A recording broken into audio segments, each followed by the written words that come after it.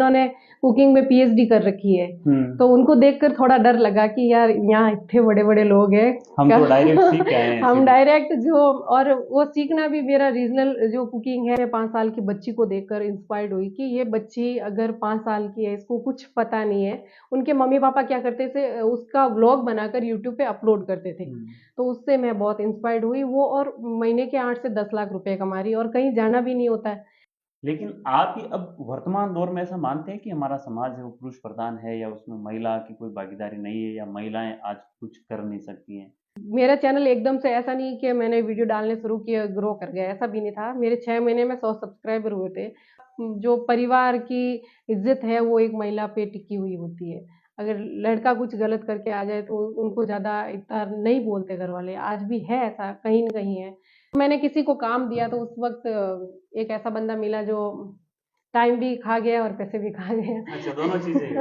हाँ। आपका नाम हम उसमें शामिल करते हैं, रूमा देवी जी का नाम भी हम शामिल करते हैं कि उन्होंने भी महिला सशक्तिकरण के लिए बहुत अच्छा काम किया।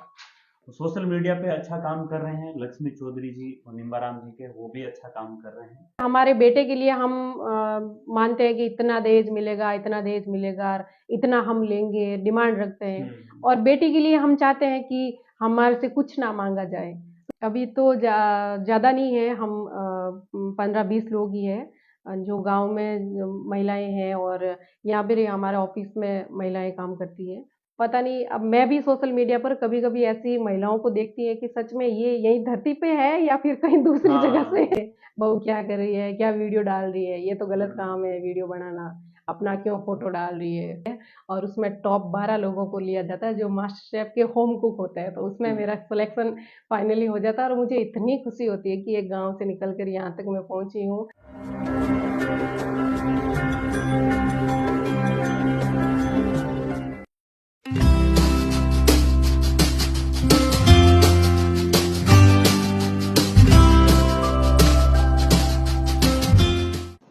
नमस्कार, मैं हरिराम और आप जुड़े हैं द सरफेस न्यूज के सोशल मीडिया प्लेटफॉर्म में। जैसा कि हमने आपको पहले अवगत करवाया था कि हमारा एक शो चल रहा है शख्सियत के नाम से, और उसमें हम अनेक क्षेत्रों से जुड़े हुए लोगों से चर्चाएं कर रहे हैं, चाहे वो शिक्षा से जुड़े हो, चाहे राजनीति से जुड़े हो, या कोई सोशल मीडिया इन्फ्लुएंसर हो, या जिनकी एक सफल कहानी है, उनके साथ में हम लगातार चर्चा करते हुए आ रहे हैं। आज इसी एवज में हमारे साथ में एक ऐसे मेहमान है जिन्होंने गांव से निकल करके एक अपना लंबा सफर तय किया। सोशल मीडिया के माध्यम से, यूट्यूब से इनकी जर्नी शुरू होती है, फिर बड़े बड़े प्लेटफॉर्म पे ये जाके आ चुके हैं और अपना खुद का व्यवसाय इन्होंने शुरू कर लिया है। ऐसे ही शख्सियत हमारे साथ में है जिनका नाम है श्रीमती कौशल्या चौधरी, जो यूट्यूब से जिन्होंने अपनी यात्रा शुरू की थी। आज हम इनके साथ में बैठे हैं, इनसे चर्चा करने वाले हैं इनके खुद के जीवन के बारे में, सामाजिक परिवेश के बारे में, और इनकी सफल कहानी को लेकर के आज हम इनके साथ में हैं। आप सबके जितने भी क्वेश्चन हमें मिले थे उन पर हम इनसे चर्चा करेंगे। तो सबसे पहले मैडम, आपका बहुत बहुत स्वागत है हमारे इस शो में, और दर्शकों की तरफ से भी आपको बहुत बहुत आभार। बहुत बहुत धन्यवाद, और सभी दर्शकों को मेरा राम राम। जैसा हमने देखा है, काफी दिनों पहले भी देखा था आपका जो मास्टर शेफ का जो सफर था, हम सबसे पहले तो यही जानना चाहते हैं कि आपका जो मास्टर शेफ का सफर था कितना आनंददायक रहा। बिल्कुल, बहुत अच्छा लगा और एक अलग प्लेटफॉर्म मिला, और जैसे घर की किचन में जो मेरा कंफर्ट जोन है उनसे निकलकर इतने बड़े प्लेटफॉर्म और इतने बड़े शेफ के सामने खाना पकाना एक अपने आप में बहुत बड़ा अचीवमेंट है। तो मेरे लिए ये सफ़र बहुत अच्छा रहा और बहुत कुछ सीखने को मिला, बहुत कुछ जानने को मिला।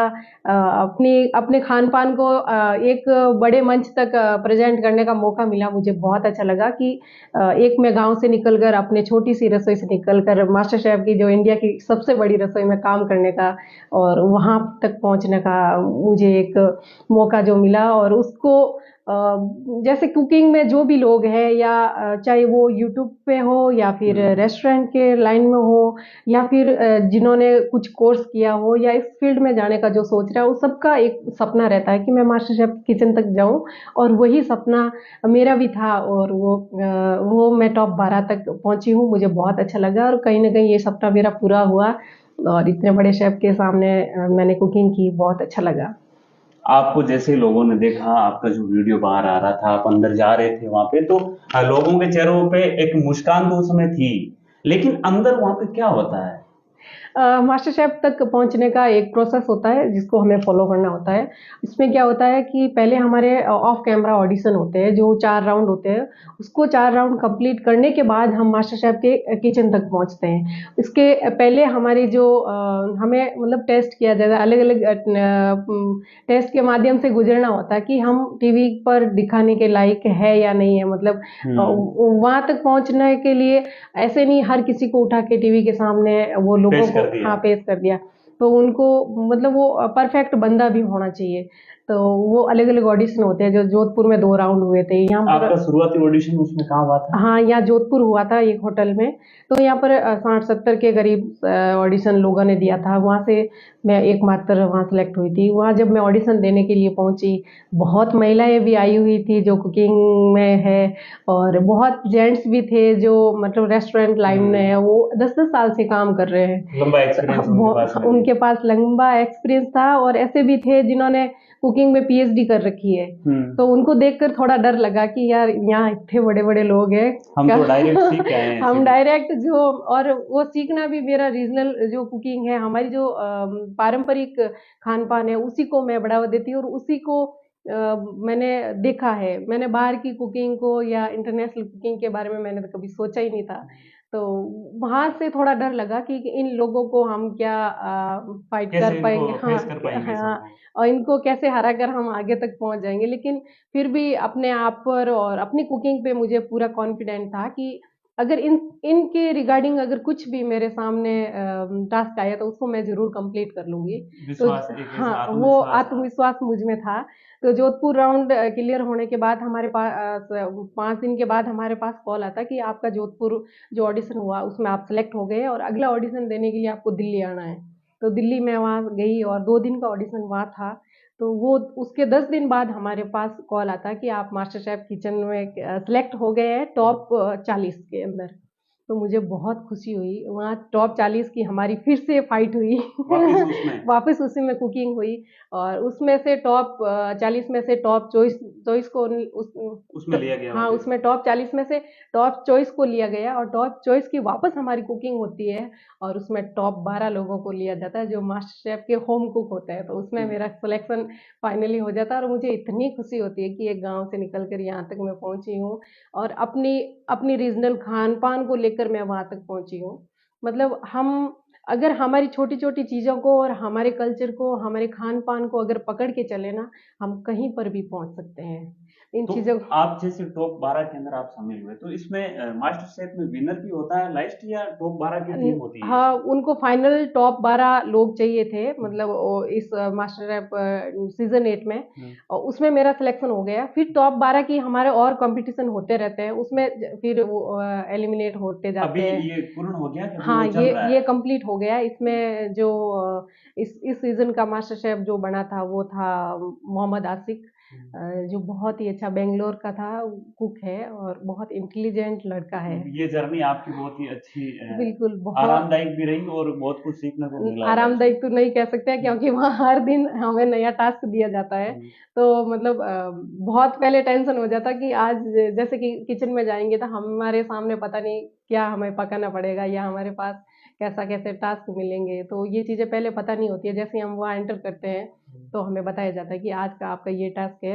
उसमें अलग अलग जैसे टास्क दिए जाते हैं। एक 5 मिनट में कुछ सामान वगैरह उठाना होता है, या फिर हमें एक दिन का अलग अलग टास्क मिला, कम पानी में हमें कुकिंग करनी है, या 1 1.5 घंटे का हमें टाइम दिया गया है, तो उसमें से कुछ मिनटें दी जाती है कि इसमें आप लाइट यूज करोगे, इसमें आप गैस यूज करोगे, और इसमें आप बिना गैस और लाइट के कुक करोगे। तो ये सारी चीजें हमें एडजस्ट करके चलनी पड़ती है कि हम ऐसी कौन सी रेसिपी चूज करें जो मतलब इस जो समय में हाँ, नियत इस समय समय है। नियत समय में हम उसको पका सकें, और एज ए प्लेट पर हम कुछ सर्व कर सकें एंड टाइम शेफ शेफ के सामने। तो ये बहुत मुश्किल टास्क रहता है, और इसमें हमें बहुत सोच समझकर और बहुत दिमाग से खेलना होता है। आप यूट्यूब से आपने काम शुरू किया, शुरुआती दौर भी आपने देखा है, और एक आपका वीडियो है जिसमें आपने इंस्टा पे डाला था कि मेरी जर्नी के नाम से खेत से आपने काम शुरू किया। खेती के काम से कैसा लगा हमें? बिल्कुल स्टार्टिंग में जैसे गांव की जो हर महिलाएं काम करती है वो मैं भी करती थी। मेरी 12th करते ही शादी हो गई। शादी के बाद जैसे खेत में काम करना, बाड़े में पशुओं का काम करना और दूसरा घर का तो काम रहता ही रहता है। वो सारी सारी चीजें मैं करती थी, लेकिन उस टाइम भी मुझे लगता है कि मुझे इन चीजों को छोड़कर कुछ अलग करना है। ये नहीं था कि ये काम गलत है, लेकिन एक था कि कुछ हम ऐसा करें। अगर हमसे कुछ हम किसी से इंस्पायर्ड होते तो हम हमारी भी एक स्टोरी ऐसी बने कि हमसे भी महिलाएं हैं जो इंस्पायर्ड इंस्पिरेशन हो, मिले उनको इंस्पिरेशन भी। उनको मिले। तो कुछ ना कुछ ऐसा करना है, लेकिन ये समझ नहीं आता है कि गांव में ऐसा क्या किया जाए। क्योंकि गांव में कोई रोजगार होता नहीं है हम्म, और हम कहीं बाहर जाकर काम कर नहीं सकते, क्योंकि मेरे घर वालों को ऐसा, मतलब ससुराल वालों को ऐसा लगता कि घर की एक ही बहू है, अगर ये बाहर चली गई तो फिर घर का काम कौन कौन देखेगा। करेगा। मेरी दादी सासू माँ को सबसे ज्यादा यही टेंशन रहती कि ये 12th मैंने की थी साइंस से, लेकिन आगे की मुझे कॉलेज जाना था रेगुलर, तो उन्होंने मना कर दिया कि नहीं भेजेंगे। अ, हमें नौकरी चाहिए ही नहीं। जो हमारे सबके बुजुर्ग जो होते हैं उनके सबसे सबके माइंड में रहता है कि क्या करेंगे बाहर जाकर। बेटा कमा लेगा, बहू घर घर संभाल का लेगी, काम कौन बच्चों को देखेगा। संभाल लेगी। हाँ, तो मैंने भी उनका कहना माना कि छोड़ो, ये मतलब कह रहे हैं बाहर नहीं जाना, काम नहीं करना, तो ठीक है नहीं करेंगे। लेकिन उस टाइम मैं ऐसा कोई काम ढूंढ रही थी कि मैं घर पे बैठकर कुछ अपना कुछ काम करूं।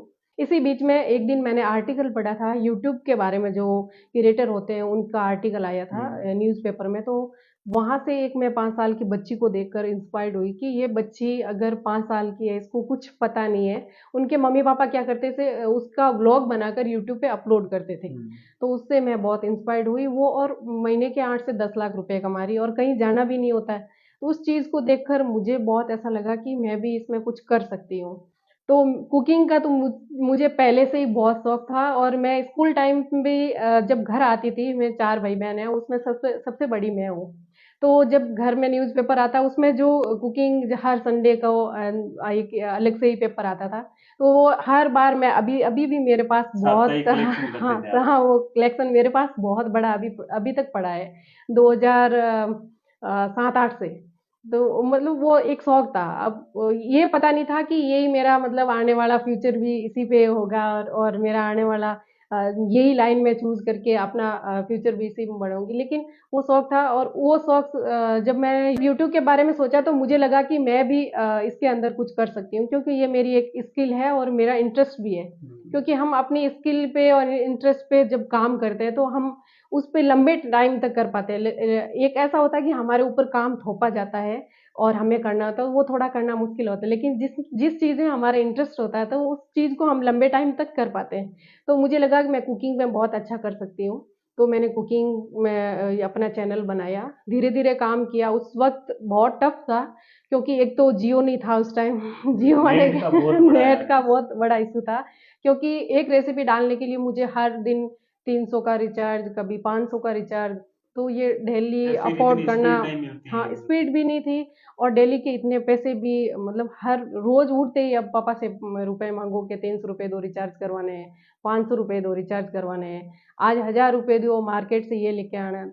कि जब हमारी इनकम होती है ना तो हमारे पेरेंट्स या हमारे घर वाले उनका वो, सपोर्ट सही उनका मिलता भी है। सपोर्ट मिल जाता है। लेकिन जब एक इनकम नहीं हो पाती तब हम कुछ करना चाहते हैं, और उनको हमारे काम के बारे में घर वालों को समझाना भी मुश्किल था, क्योंकि उस वक्त भोपालगढ़ कस्बे में भी कोई ऐसा था ही नहीं जो यूट्यूब पे काम कर रहा है।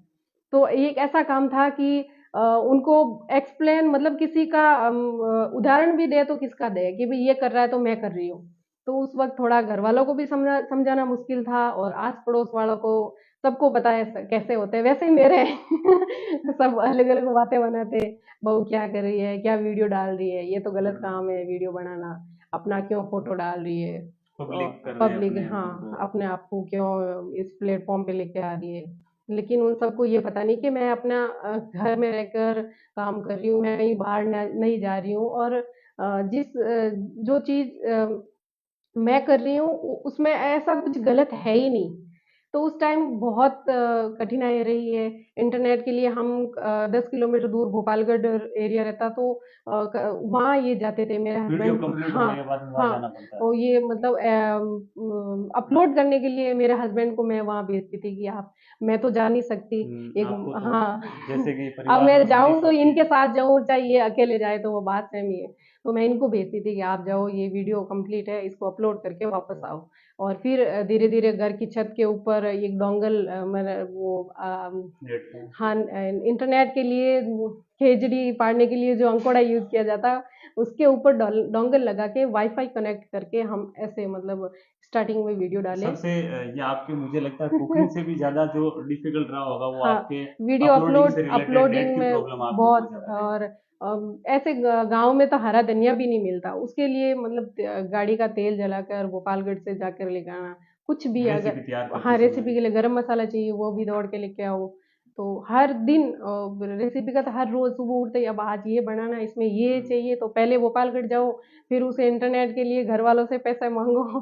तो बहुत डिफिकल्ट था। और मेरा चैनल एकदम से ऐसा नहीं कि मैंने वीडियो डालने शुरू किए ग्रो कर गया, ऐसा भी नहीं था। मेरे 6 महीने में 100 सब्सक्राइबर हुए थे। तो उस टाइम अपने आप को संभालना, अपने काम को संभालना और साथ साथ में घर वालों को संभालना बहुत मुश्किल था, लेकिन फिर भी टिके रहे कि भाई अगर शुरू किया है तो कुछ ना कुछ सबका रिजल्ट मिलता है, हमारी मेहनत का आज नहीं तो एक दिन जरूर मिलेगा, टाइम भले ही लग जाए। टाइम भले ही लग जाए। तो ऐसे ही करते करते करते मेरे 1.5 साल के बाद 7,000 7,500 रुपये फर्स्ट जो हमारी इनकम थी वो आई थी। तब थोड़ा घर वालों को लगा कि ये 7,500 लेके आई है, तो इससे ज्यादा भी एक दिन आएंगे। एक मैम एक क्वेश्चन मैं आपसे पूछना चाहूंगा, जब आपने कहा कि मेरी फर्स्ट सैलरी बहुत लेट आई थी।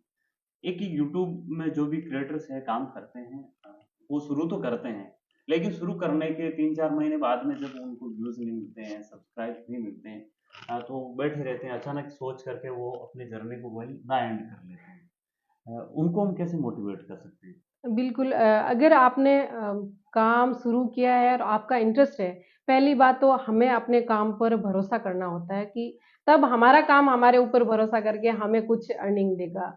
हमें विश्वास करना होता है कि नहीं, अब मुझे यही करना है। कई लोग क्या होते हैं, पार्ट टाइम में कुछ कर लिया। लक्ष्य एक होना चाहिए। हाँ, वो आपका मोटो होना चाहिए कि मुझे यहाँ तक पहुँचना है। मैंने जब शुरू किया तो टाइम भले ही कितना लग जाए, लेकिन इसका कुछ ना कुछ रिजल्ट हमें निकाल के लेके आना। अब मैं 1 साल तक मैं काम करके अगर यूट्यूब को छोड़ देती तो मेरे जिंदगी भर मेरे माइंड में यही डाउट रहता कि यूट्यूब पे पैसे नहीं आते हैं और जो भी बोल रहे हैं वो गलत बोल रहे हैं। तो यही है कि आपको मतलब लंबे टाइम का पेशेंस और काम करने की अगर हिम्मत है तो आप यूट्यूब पर भी सफल हो सकते हैं, और किसी भी फील्ड में। और हर फील्ड में मैंने अपन खुदरी मेहनत और टाइम तो देनो ही देनो पड़े, तभी जार बटू रिजल्ट मिलिया करे। आप जो समाज है हमारा, हमारे समाज में एक एक विकृति पहले से चली आ रही है कि ये काम महिला नहीं कर सकती, ये काम महिला नहीं कर सकती, ऐसा हम जो भी काम होता है उस पर चलता है। और अगर पुराने समय से अगर हम चलते आए हैं और देखते आए हैं, पढ़ते आए हैं उसमें कि हमारा समाज है वो पुरुष प्रधान समाज, ऐसी कल्पना लंबे समय से की जा रही है। लेकिन आप ही अब वर्तमान दौर में ऐसा मानते हैं कि हमारा समाज है वो पुरुष प्रधान है, या उसमें महिला की कोई भागीदारी नहीं है, या महिलाएं आज कुछ कर नहीं सकती हैं? जो ये पुरुष प्रधान का जो चल रहा है टेक, आप मानते हैं अभी भी वही है? हमारा देश क्या शुरू से ही पुरुष प्रधान देश रहा है और हम्म। कहा भी जाता है। लेकिन मुझे लगता है कि महिलाएं भी किसी भी क्षेत्र में कम नहीं है, वो हर क्षेत्र में आज भी पुरुषों के बराबर चल रही है।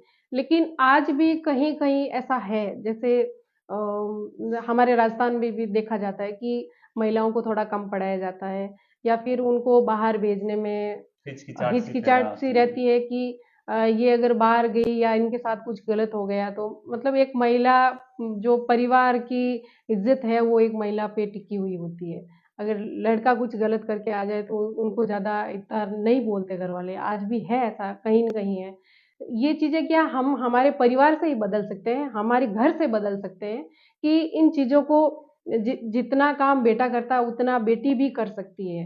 ये हमारी सोच हमें बदलनी होगी, घर से बदलनी होगी, अपने समाज से बदलनी होगी, तब जाके मुझे लगता है कि महिलाएं भी वो बराबर काम कर पाती है, उनको भी वो हक मिल पाता है। हमें अपने घर से शुरुआत करनी होगी। अपने बेटी बेटे से वो कंपैरिजन करना छोड़ना होगा कि ये बेटा है तो ये कर लेगा, ये बेटी है तो ये नहीं करेगी। तो ये चीजें यहाँ से अगर हम कम करें तो सब जगह ये बदल सकती है। ये आपने अभी जो कहा कि आपको सोच चेंज करनी पड़ेगी, तो आजकल एक सामान्य हो गया है कि किसी छात्रा है या कोई लड़की है या कोई महिला है, उनको देख करके जिस तरह की मानसिकता अभी जो समाज में चल रही है, नेगेटिव एनर्जी जो चल रही है और कैरेक्टर को लेकर के भी चल रही है, तो इसमें वास्तव में बदलाव होना चाहिए।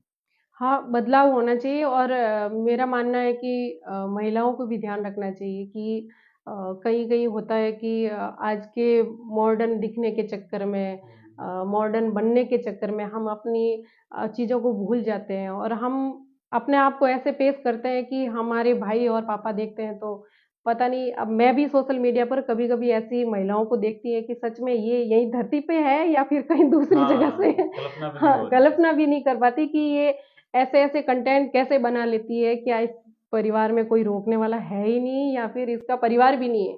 कभी-कभी ऐसा लगता है कि सोशल मीडिया पर और भी महिलाएँ हैं, बहुत अच्छी महिलाएँ हैं, जिनको देखकर बहुत सीखने को मिलता है और ऐसे भी हैं, तो मतलब अपवाद जो हर जगह पाए जाते हैं, हर तो वो क्षेत्र चीज़ें में हर हाँ, जगह हाँ, हर मिलेंगे। जगह तो वो इस महिला जाति को खराब करने वाली भी बहुत है और एक ऊँचे नया ओहदे आयाम भी तक देती है। आयाम पहुँचाने वाली भी बहुत महिलाएँ हैं। तो ये चीज़ें क्या हमारे घर से संस्कारों से ही बदली जा सकती है, इसका कोई दूसरा इलाज है ही नहीं। अगर हमारे बच्चों में हम शुरू से ही अच्छी चीज़ें सिखाएँगे तो वो बड़े होकर मुझे नहीं लगता कि वो ऐसे काम कर पाएँगे। आपको देखते हैं लोग और भी आपके जैसे और भी जो नारी शक्ति का प्रतीक है, महिला सशक्तिकरण का जो ताजा उदाहरण है। लेकिन अभी जो आपने बात कही थी अभद्रता को लेकर के और अपनी एक लोकप्रियता चमकाने के लिए जिस तरह से वो परिवेश बनाते हैं, जिस तरह का उनका पहनावा होता है और जिस तरह की उनकी कार्य प्रणाली होती है, वो हम भी देखते हैं और सब देखते होंगे। लेकिन उनके बीच में भी एक उदाहरण आपका नाम हम उसमें शामिल करते हैं। रूमा देवी जी का नाम भी हम शामिल करते हैं कि उन्होंने भी महिला सशक्तिकरण के लिए बहुत अच्छा काम किया। वो सोशल मीडिया पे अच्छा काम कर रहे हैं, लक्ष्मी चौधरी जी और निम्बाराम जी के वो भी अच्छा काम कर रहे हैं। आप आपकी संस्कृति को जीवित रखते हुए, आपके पहनावे को बढ़ावा देते हुए और परिवार के जो संस्कार है उनको कायम रखते हुए आपने आपका नाम कमाया है। लेकिन अभी ये सस्ती लोकप्रियता के चक्कर में जो अभद्रता है, कपड़ों की जो वेशभूषा है, जिस तरह का पहनावा है, तो आप एक सामान्य वेशभूषा में भी अपना जो पहचान बना सकते हैं। बिल्कुल। और पहचान बना भी सकते हैं और एक अच्छा संदेश भी हमारे माध्यम से जाता है और हमारा फर्ज भी बनता है कि हम अगर पहले क्या होता था अगर एक कोई गलत आदमी है तो वो अपनी सोसाइटी तक या अपने गली तक ही सीमित रह पाता है लेकिन आज के ज़माने में क्या सोशल मीडिया आने आने के बाद ऐसा है कि अगर वो सही आदमी है तो हर एक व्यक्ति तक पहुंच जाता है दूर दूर जो भी मतलब पूरी दुनिया में कहीं भी पहुंच सकता है अगर वो गलत भी है तो उसकी विचारधारा भी कहीं भी पहुंच सकती है तो ये चीज़ें हमें ध्यान में रखना होगा कि हमारी वजह से अगर किसी एक आदमी को भी सीख मिल रही है, तो वो ऐसा ही कंटेंट बनाए, क्रिएटर होने के नाते। और ऐसा है कि आप कुछ गलत बोल के, कुछ गलत पहन के अगर आप वायरल हो जाएँगे, तो आप थोड़ा खुद का भी कॉमन सेंस होना चाहिए कि आज मैं कर रही हूँ, मेरी भी फैमिली होगी, मेरा भी परिवार होगा, कल आने को वो वाले भी टाइम में वीडियो मेरे भी देखेंगे। बेटा-बेटी होंगे, तो वो चीज़ें क्या मुझे अच्छी लगेगी। अगर आप क्रिएटर है तो आप अपने आप को वहाँ रखें, अपने माँ-बाप की जगह रखकर अपने आप को एज़ ए मतलब देखने वाला दर्शक बन के देखें कि ये हाँ, चीज़ें कि मैं अब मेरा मुझे काम मैं अच्छी खुद लग रही है देखूँ तो किस तरह हाँ, किस लगेगा। तरह के लगेगा। तो अगर आपको सही लग रहा है तो कीजिए, वो आपकी आज़ादी है, उसपे कोई रोकने वाला है नहीं। लेकिन अगर जहाँ आपको तक हम माने कि आप काम ऐसा करो कि किसी का भी परिवार है वो साथ में बैठ के देख सके, बिल्कुल। उनको बीच में उठ करके इधर उधर कहीं जाना इधर-उधर ना हाँ। पड़े। और वो लोग फ़ेमस होने के चक्कर में भगवान जाने क्या-क्या चीज़ें अपनाते हैं। वो हो सकता है आप थोड़े टाइम के लिए फ़ेमस हो भी जाएँगे, चंद पैसे भी कमा लेंगे। जो इज़्ज़त होती है वो आपको उ उसका कंपेयर आप पैसों से नहीं कर सकते। अब कितने भी पैसे कमा लें और आपका मतलब जब लोग आपको देखते हैं और वो मतलब अंगुली से दिखाते हैं कि ये वो है। तो ऐसे पैसे भी मुझे लगता है किसी काम के नहीं है। सम्मानजनक काम बिल्कुल, नहीं रहेगा फिर हाँ। आपका। आपने आपका खुद का अभी एक प्रोडक्शन शुरू किया है सीधी मारवाड़ी के नाम से। आपने एक सोशल मीडिया पे अपना ऐप भी लॉन्च किया है और जहाँ बिल्कुल। तक हमें ध्यान में है 10,000 से अधिक लोगों ने आपके ऐप को डाउनलोड भी कर लिया बहुत कम समय में। ये भी हम एक बड़ी सफलता मानते हैं इस क्षेत्र में। आपने आपका जो प्रोडक्शन शुरू किया है वो बिल्कुल देसी अंदाज में बिल्कुल। और देसी चीज़ों को आपने पूरा प्रोडक्शन आपका चल रहा है। हुँ, ऐसा भी होता है कि आप जब सफल हो जाते हैं उसके बाद में आपका रुझान शहर की तरफ होता है, बाहर के कामों की तरफ होता है। तो आपका ये कैसे ख्याल आया कि मुझे गाँव में रह कर के ही एक ग्रामीण क्षेत्र के लेवल के जो प्रोडक्ट हैं उनको तैयार करना चाहिए? आपका जो व्यवसाय है किस तरह आपने उसका सेटअप किया है? क्या उसमें है?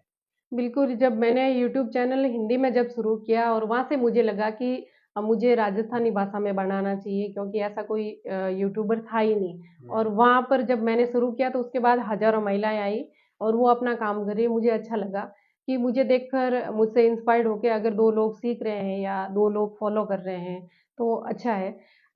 जब मैं अपने यूट्यूब चैनल को अपने रूरल भाषा में, अपनी लोकल लैंग्वेज में लेके गई, हुँ, तो वहाँ से अपनी जड़ों से जुड़ने का मौका मिला और उनको समझने का, उसको एक प्लेटफ़ॉर्म पर प्रेज़ेंट करने का मौका मिला। तो मुझे अभी ऐसा लगता है कि जब ये चीज़ें सॉरी जब ये चीज़ें प्लेटफ़ॉर्म पर इतना अच्छा वर्क कर सकती है और इससे लोग इंस्पायर्ड हो सकते हैं, तो जब मैंने अपना खुद का प्रोडक्शन शुरू किया तो मुझे लगा जो हमारे पारंपरिक तरीके से जो खान-पान तो हम अब जैसे मैं यूट्यूब पे बनाकर सिखाती हूँ, लेकिन जो हमारे पारंपरिक तरीके से जो मसाले तैयार किए जाते हैं, हुँ। तो उसी चीज़ों को वो वापस उसी प्रोसेस से हम तैयार करेंगे और अपने जो भी लोग जुड़े हुए हैं उन तक पहुँचाएँगे।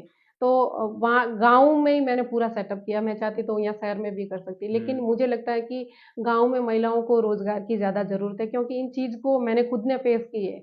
अगर उस टाइम मुझे कहीं न कहीं अगर गाँव में रोज़गार मिल जाता तो उस टाइम मुझे ज़रूरत थी और वहीं गाँव में अगर मिल जाता तो मेरे लिए इससे अच्छी कोई बात हो ही नहीं सकती। तो वो चीज़ें अगर मैंने फेस की तो मेरी तरह और भी महिलाएँ हैं जिनको बहुत ज़रूरत है, वो काम करना भी चाहती है लेकिन कहीं न कहीं ऐसी परिस्थितियाँ हों कि वो बस शहर में आकर नहीं रह सकते हैं, तो उनके लिए मैंने गाँव में ही रखा ताकि वहाँ अगर मेरे साथ महिलाएँ काम करेंगी, गाँव की महिलाओं को रोज़गार मिलेगा और हमारे जो पारंपरिक तरीके से जो हम प्रोडक्शन कर रहे हैं, जैसे घट्टी से जैसे मसाले पहले तैयार किए हुँ, जो जाते हैं, घरों तो में जिस तरह हाँ, पहले किया उसी लो करते थे। आरपीएम पर हम हमारे मसाले तैयार करते हैं, जिससे मसाले हीट नहीं होते हैं। हुँ, मसाले अगर ज़्यादा गर्म नहीं होंगे, तो उसमें जो पौष्टिकता है, जो नेचुरलिटी है, बनी रहेगी वो वो। बनी रहेगी। द जो मिनरल वगैरह होते हैं, वो बने रहते हैं। ज़्यादा हीट अगर हम ऑयल को भी बहुत ज़्यादा गर्म करके निकालते हैं, जैसे बड़ी-बड़ी मशीनों से निकलता है या हुँ, मसाला वहाँ से ए प्रेशराइज़ ज़्यादा रहती है। प्रेशराइज़ ज़्यादा रहता है, वो बड़ी-बड़ी मसाला कंपनियाँ क्या करती हैं, वो 1 घंटे में 1-1 टन माल निकाल देती है। चाहे मिर्ची हो, धनिया हो, चाहे हल्दी हो। जितने भी पाउडर हाँ, हैं। हाँ, वो जितने भी पाउडर है, वो 1 घंटे में 1 टन माल निकलता है, तो आप सोच सकते हैं वो कितना हीट होता है। और हम जब मसाले तैयार करते हैं, वो 1 घंटे में 3 किलो या 4 किलो ही धनिया जो पीसा जाता है या हल्दी है, वो बिल्कुल लो आरपीएम पर धीरे-धीरे, धीरे-धीरे वो मसाला पीसा जाता है। वो इसी तरीके से अभी एकदम हाल-फिलहाल आपकी टीम में कितने व्यक्ति हैं, उनको जो अ आप काम कर रहे हैं, कितने लोगों को इससे रोज़गार मुहैया हुआ है? अभी तो ज़्यादा नहीं है हम 15-20 लोग ही हैं जो गाँव में महिलाएँ हैं और यहाँ पे हमारे ऑफ़िस में महिलाएँ काम करती हैं। तो जैसे-जैसे प्रोडक्शन बढ़ेगा तो मुझे लगता है हाँ, आने उनकी वाले संख्या बढ़ती फ्यूचर जाएगी। हाँ, उनकी संख्या भी बढ़ती जाएगी, उनको भी रोज़गार मिलेगा और एक अच्छी चीज़ आम जनता तक लोगों तक हम पहुँचाएँगे। एक मैडम आप महिला हैं और हम कुछ सिचुएशन आप आपसे महिला से रिलेटेड भी ये लेना चाहते हैं कि अभी हमारे समाज में बहुत सारी ऐसी कुरीतियाँ हैं सभी समाजों में मान के चलते हैं। उनमें सबसे बड़ी बात तो हो रही है बाल विवाह की हो रही है। एक दहेज प्रथा को लेकर के हर दिन हम देखते हैं कि कहीं न कहीं घटना होती है कि दहेज के लिए किसी के साथ मारपीट होती है, किसी की हत्या तक कर दी जाती है या किसी के साथ मिसबिहेव किया जाता है। तो ये जो कुरीतियाँ हैं हमारे समाज में, इन ये रुकने का तो नाम ही नहीं ले रही है। सरकार ने अपनी तरफ से बहुत सारे एक्ट बनाए हैं, लेकिन अभी ये जो दहेज प्रथा का मामला है, वो बहुत ज़्यादा चल रहा है। आप इस दहेज प्रथा के बारे में क्या अपना विचार रखते हैं? क्या ओपिनियन है आपका? दहेज प्रथा के बारे में ऐसा है कि अगर हम हमारी बेटी को इतना काबिल बना देते हैं कि दहेज हुँ, देने की ज़रूरत भी ना पड़े हुँ, और अब बेटी को इतना पढ़ा लिखा लेंगे, अगर वो कहीं अच्छी जॉब करेगी, तो मुझे नहीं लगता कि अगले वाला कोई डिमांड करेगा कि मुझे इतना दहेज चाहिए। और ये चीज़ें हम हमारे घर से ही ख़त्म कर सकते हैं। जैसे हमारे बेटे के लिए हम मानते हैं कि इतना दहेज मिलेगा, इतना दहेज मिलेगा, इतना हम लेंगे, डिमांड रखते हैं। और बेटी के लिए हम चाहते हैं कि हमारे से कुछ ना माँगा जाए। तो ये हाँ, चीज़ें अभी हाँ, जैसे ये देश प्रथा वाला चला ना, तो इसपे दो तरह के जो पक्ष खड़े हो गए, इसमें पुरुष की तरफ से भी पक्ष खड़े हो रहे हैं और महिला की तरफ से भी खड़े हो रहे हैं। पुरुष की तरफ से इस तरह खड़े हो रहे हैं कि वो कह रहे हैं कि आजकल ये डिमांड हो गई कि सामान्य बात करें तो 25 से 30 तोला स्वर्ण आभूषणों की डिमांड होने लग बिल्कुल। गई है। तो इसमें एक बड़ी राशि है वो खपत होती है स्वर्ण आभूषणों में। तो ये दो तरफा मामला चल रहा है, तो इन दोनों पे रोकथाम होनी चाहिए। बिल्कुल, और ये रोकथाम हम घर से ही शुरू कर सकते हैं। ऐसा नहीं है कि इसकी सरकार मुहिम चलाएगी या कुछ संस्थाएँ ऐसा कुछ करेगी, उनसे कुछ नहीं होगा। वो अगर 2 दिन बोल के चले जाएँगे या इस टाइप से जो भी सॉरी, इस टाइप से जो कुछ भी होता है, तो ये हम खुद चाहें ना तो बदल सकते हैं। मिल करके हाँ, अगर और अब बच्चों को अच्छी शिक्षा देकर इन चीज़ों को हम बदल सकते हैं। बाकी इस चीज़ का मुझे नहीं लगता कुछ दूसरा उपचार भी होगा। एक अच्छी शिक्षा दें, उनको अच्छा संस्कार दें, और एक अपने घर से अगर बहू लानी है तो बहू ही लेके आओ, उसके साथ दहेज की आप डिमांड मत रखो। और बेटी को अगर आप किसी को दे रहे हो तो वो बेटी को ही दो, उसके साथ धन दौलत देने की ज़रूरत नहीं है। क्योंकि धन दौलत तो वो अगर उसमें काबिलियत है तो वो फिर अपना आप बाद कमा में लेगी। अपने आप बिल्कुल। कमा हुँ। लेंगे। बाल विवाह बाल विवाह ऐसा है कि पहले के टाइम में बहुत छोटी उम्र में शादी की जाती थी, लेकिन अब धीरे-धीरे मुझे लगता है समाज में बदल बदल रहे हैं, और हम देखते भी हैं बेटी को पढ़ाया भी जाता है, और 20 18 या 20 की उम्र के बाद ही शादी की जाती है। अभी अभी गवर्नमेंट का भी एक ऐसा आ रहा ओपिनियन कि जैसे बाल विवाह हो रहे हैं तो कम उम्र में वो ससुराल जाते हैं, और उनके बाद में जो लड़कियां हैं उनके शरीर में बहुत सारी बीमारियां, बाल विवाह और कम उम्र, जब उनका शरीर परिपक्व नहीं है उनकी शादी हो जाती है तो उनमें बहुत सारी ऐसी फ्यूचर में बीमारियां पैदा होने लगी है। तो इन पे सरकार को और बड़ा एक्शन लेना चाहिए या समाज को भी इसमें कुछ आगे पहल करनी चाहिए? समाज का ही है, सरकार तो बोलने से या कुछ नियम लागू करने से कुछ नहीं होता, क्योंकि सरकार में काम करने वाले ही समाज के ही लोग हैं, कोई हम्म। दूसरे नहीं है। और कहीं बाल विवाह होता है तो फिर अगर पुलिस आके कार्रवाई करती है तो वो भी उसी समाज से जुड़ा हुआ है ना, वो कितनी कार्रवाई कर लेगा या कुछ क्या कर लेगा, मुझे नहीं लगता है वो कुछ रोक पाएंगे। अगर हम बेटी को अच्छा पढ़ाएं, और इन जो कुरीतियों से हैं इनसे बाहर निकल कर हम खुद सोचें कि अगर ये बेटी कम उम्र में अगर ससुराल जाएगी तो इनके साथ-साथ क्या होगा? ये मतलब खुद अगर खुद सँभल जाए उसके बाद उसकी शादी की जाए, तो उस खुद को बेटी को भी पता हाँ, होता खुद है कि अपने मुझे पैरों पे कि सक्षम हो हाँ, जाए। सक्षम हो जाए तो उन खुद को भी पता होता है कि मुझे अब क्या-क्या करना है और कैसे रहना है। छोटी उम्र में उनको भेज देते हैं, उन खुद को भी नहीं पता, और जो उन छोटी उम्र में उन्होंने कई सपने देखे होंगे पढ़ाई के रिलेटेड और अपने फ्यूचर के बारे में, तो वो कहीं न कहीं दब जाते हैं। तो धूमिल हो जाते हैं तो उनकी पूरी हाँ, मेहनत और सपने मेहनत ये सारे। हाँ, तो ये चीज़ें हम अपने घर से या समाज से ही बदल सकते हैं, और उन लोगों को समझा सकते हैं कि जो ऐसा काम करते हैं कि भई आप ऐसा मत कीजिए, ऐसा करने से इनके साथ फ्यूचर में क्या-क्या दिक्कतें आने वाली हैं। तो ये चीज़ें अगर हम फेस टू फेस किसी से बात करके समझाएँ तो हो सकता है कुछ बदलाव आए इसमें। आपने जो जर्नी आपने शुरुआत की स्टार्टिंग में यूट्यूब से आपने शुरू की, और शायद उसमें आपको बहुत सारे ऐसे कुछ सुनने को भी मिले होंगे समाज से, परिवार से, रिश्तेदारों से, बहुत कुछ, फिर भी आपने उन सबको फेस किया और फिर आप आगे काम करते रहे। काफी कितना समय हो गया होगा हुँ, आपको यूट्यूब पे आए यूट्यूब हुए? पे मुझे 6 साल हो गए काम करते हुए। फिर पूरे और परिवार का कैसा इसमें अ, समर्थन रहा? परिवार का तो मेरे जब पहली अर्निंग और इससे बीच जब मैंने शुरू किया तो घर वालों को जैसे-जैसे समझाया तो उनको थोड़ा बहुत लगा कि हाँ, ये काम कर रही है और कर लेगी। परिवार का तो सपोर्ट रहा ही है, तभी तक मैं यहाँ तक पहुँची हूँ, और ख़ास तौर से मेरा हस्बैंड का बहुत बड़ा रोल रहा है, मुझे यहाँ तक पहुँचाने में। एक आपके जो भी सब्सक्राइबर हैं उनका एक क्वेश्चन आया था मेरे पास में। उन्होंने ये कहा, हर्षुख बेंदा नाम है उनका, कि मैडम के पिछले 3 महीने से यूट्यूब पे हमने कोई वीडियो नहीं देखी, काम बंद कर दिया यूट्यूब का या अपने बिजनेस पे सेट कर लिया नहीं, क्या ऐसा है? कुछ नहीं है, काम बंद नहीं किया है। यूट्यूब पे वीडियोस रेगुलर आप सबको देखने को मिलेगा, लेकिन एक चीज़ कुछ हम नया शुरू कर रहे हैं, कुछ नया कर रहे हैं, तो उसमें भी टाइम देना होता है। ऐसा नहीं कि हम है तो इंसान ही कि हमें भी 24 घंटे ही मिलते हैं। उस 24 घंटे में अगर मैं अपना काम पूरा यूट्यूब पे टाइम पूरा दूँगी, तो शायद मैं वो नहीं कर पाऊँगी। अगर उसको करना है, तो थोड़ा यूट्यूब को थोड़ा बीच में रुकना बीच पड़ेगा में थोड़ा। रोकना पड़ेगा। तो उस चीज़ को ये प्रोडक्ट लाने के लिए, आप तक पहुंचाने के लिए मुझे मतलब पिछले 4 साल से हम लगे हुए हैं। इसमें क्या हुआ, हमने जब अब लोग बोल रहे हैं 4 साल कैसे लगे, इतना टाइम थोड़ी लगता है, लेकिन टाइम लगता है। मैंने जब ये मेरा दिमाग में आइडिया है कि मुझे अपने खुद के प्रोडक्ट बनाने हैं और एकदम नेचुरल प्रोसेस से तैयार करना है और आम लोग तक पहुंचाना है। तो जब मैंने सोचा और ये मुझे लगा कि इसकी हमें खुद की वेबसाइट अपनी खुद की बनानी चाहिए। हाँ, तो जिससे ऑनलाइन हाँ, डिलीवरी हो सके। ऑनलाइन और लोगों तक आप बात करने में और प्रोडक्ट पहुंचाने में आसानी रहेगी। तो मैंने किसी को काम दिया, तो उस वक्त एक ऐसा बंदा मिला जो टाइम भी खा गया और पैसे भी खा अच्छा, गया। दोनों चीजें ही हो गई। हाँ, और फिर मैंने वापस ये किसी जो दूसरे धोखे वाला काम है सब जगह चल रहा है, चाहे जी, आप कोई सा भी व्यवसाय हो, चाहे बिल्कुल। राजनीति हो, मैं चाहे नाम कोई सा नहीं भी लेना क्षेत्र हो। चाहती कि वो कौन है। हम्म। फिर अभी मैंने आप आपके जो जितने प्रोडक्ट निकल रहे हैं, तो उसमें अभी मुख्य रूप से कौन कौन से ये प्रोडक्ट है अ, जो आप तैयार कर रहे हैं? 3 प्रकार के तेल हैं, सरसों का तेल, हम्म। मूँगफली का तेल और तिल का तेल। और इसके साथ